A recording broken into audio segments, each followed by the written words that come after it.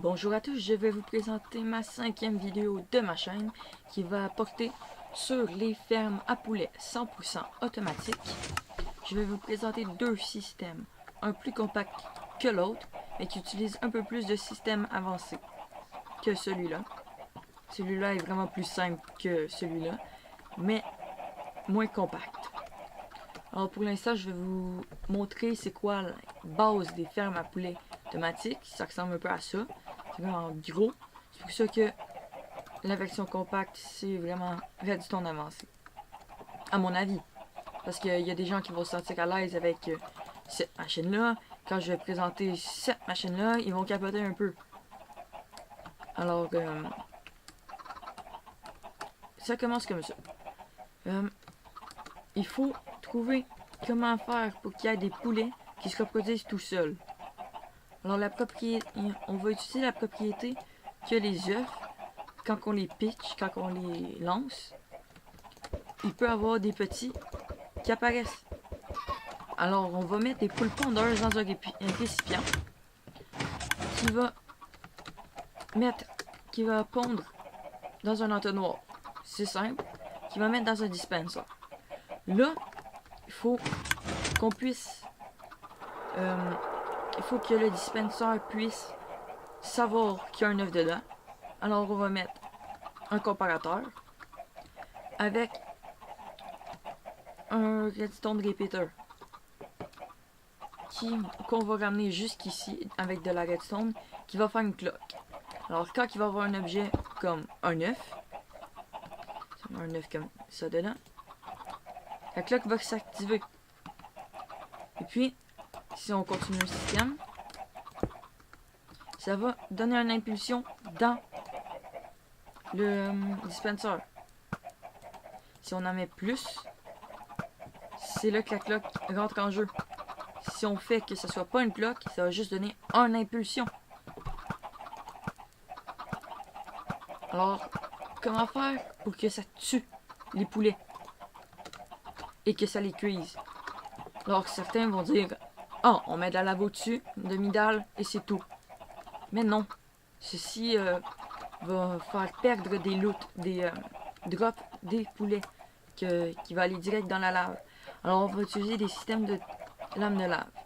Certains systèmes peuvent être super compliqués avec des timers de 20 minutes pour que ça soit pile au bon moment que les poulets soient achevés.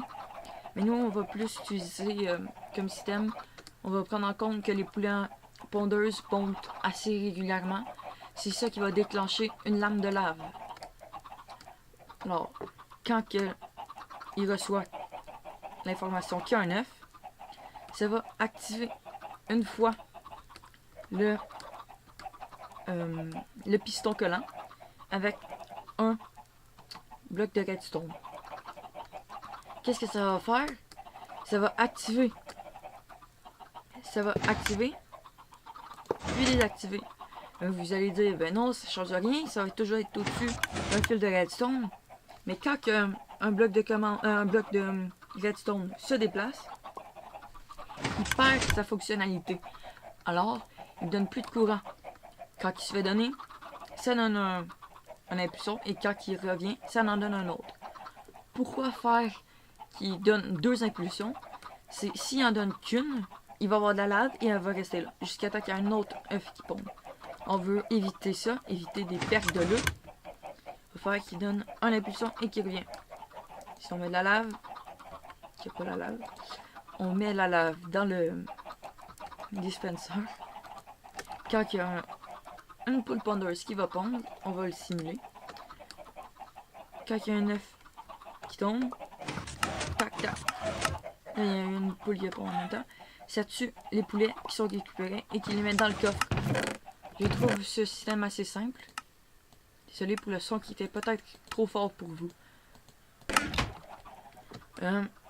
C'est un système assez simple, mais comment le rendre plus compact? Car oui, il est quand même assez compact pour sa fonctionnalité qui vous donne de la nourriture à l'infini. Vous mettez ça à votre spawn et c'est de la nourriture à l'infini. Vous y touchez plus et c'est tout. Mais on peut avoir plus compact et mettre ça dans la maison et que ça paraisse presque pas. Comme là, l'interface est vraiment cachée. Si on met des blocs ici, mais le derrière est vraiment pas assez compact pour être un système que je vous présente. Alors, on va voir cette machine qui est super plus compacte. Alors, qu'est-ce que j'ai fait pour que ce soit si compact? J'ai fait ma machine. Je viens de tuer les poulets, c'est tout. Les poules pondeuses. Alors, j'ai fait ma machine. Et j'ai vu que j'avais mis mon récipient à poules pondeuses ici.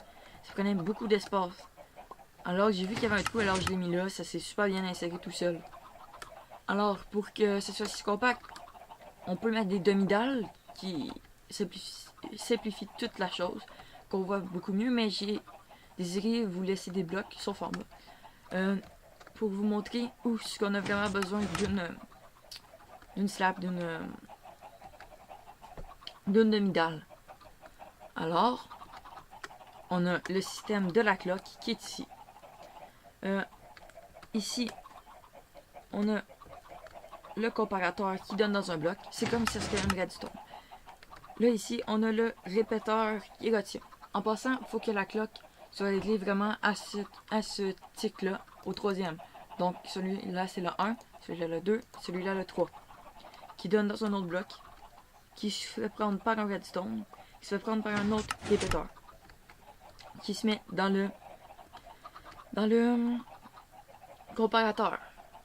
Je fais la cloque. Là, on va activer la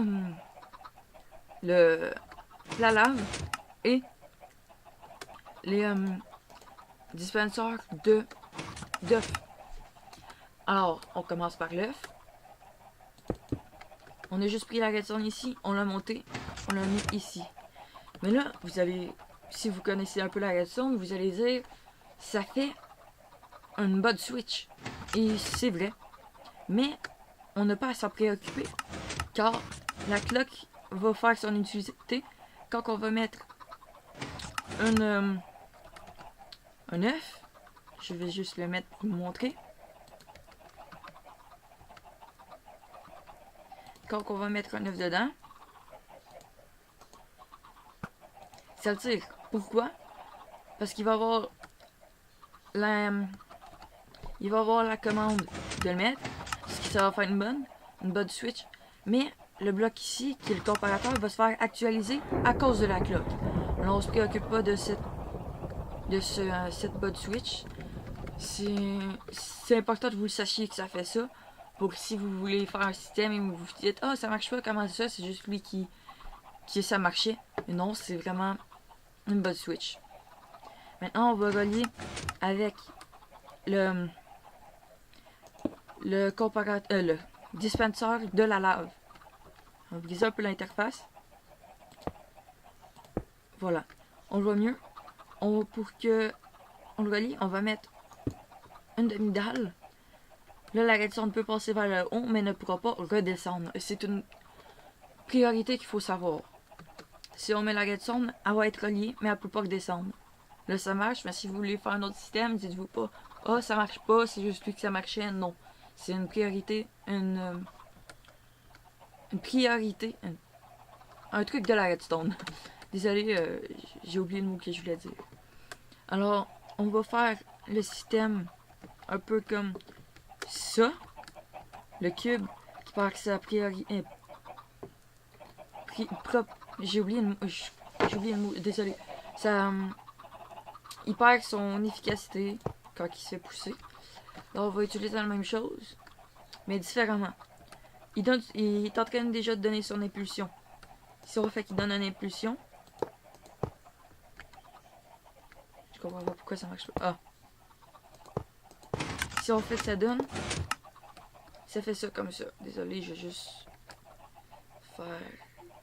Ah, comme ça. Si, ici, ça arrête de donner de la redstone, de l'impulsion, ça va en donner un ici. C'est collé comme ça pour que ça touche le dispenser. Alors, ça touche le dispenser, ça en donne un, ça en redonne un. Ça donne une impulsion. Ça met la lave. Oups. On l'enlève, ça en redonne un autre, parce que ça le met. Alors ça c'est pour le premier système, qui est le plus compact. Ici il faut absolument mettre une demi-dalle pour que la redstone passe. C'est l'inconvénient de l'interface. Il faut que ce soit un bloc plein, un espace vide et une demi-dalle. C'est l'inconvénient, c'est pas beau, je le sais. C'est pour ça qu'il y a cette interface-là. Toute l'interface peut être changée à votre guise. Ici, on a les pool ponders qui mettent ici. On a la cloque normale. Si on peut mettre de la redstone et de la redstone. C'est juste de l'économie. Alors, ah non, ici, il faut être absolument un bloc pour que ça fasse un fil comme ça. Qui active le piston qui pousse sur les deux slime blocks, qui monte le cube de redstone, qui donne une impulsion, et quand il descend, il donne une impulsion, C'est pour ça que je disais que c'était de la redstone un peu moins avancée. C'est tout pour cette vidéo, pour les usines à poulet. La prochaine vidéo consistera à une autre sorte d'agriculture pour avoir sa nourriture automatisée à 100%. Ce sera pas les melons, ce sera les patates, le blé, le pain, pas le blé ça marche pas. Les graines de blé, oui, et les carottes. Alors, à plus pour la prochaine vidéo.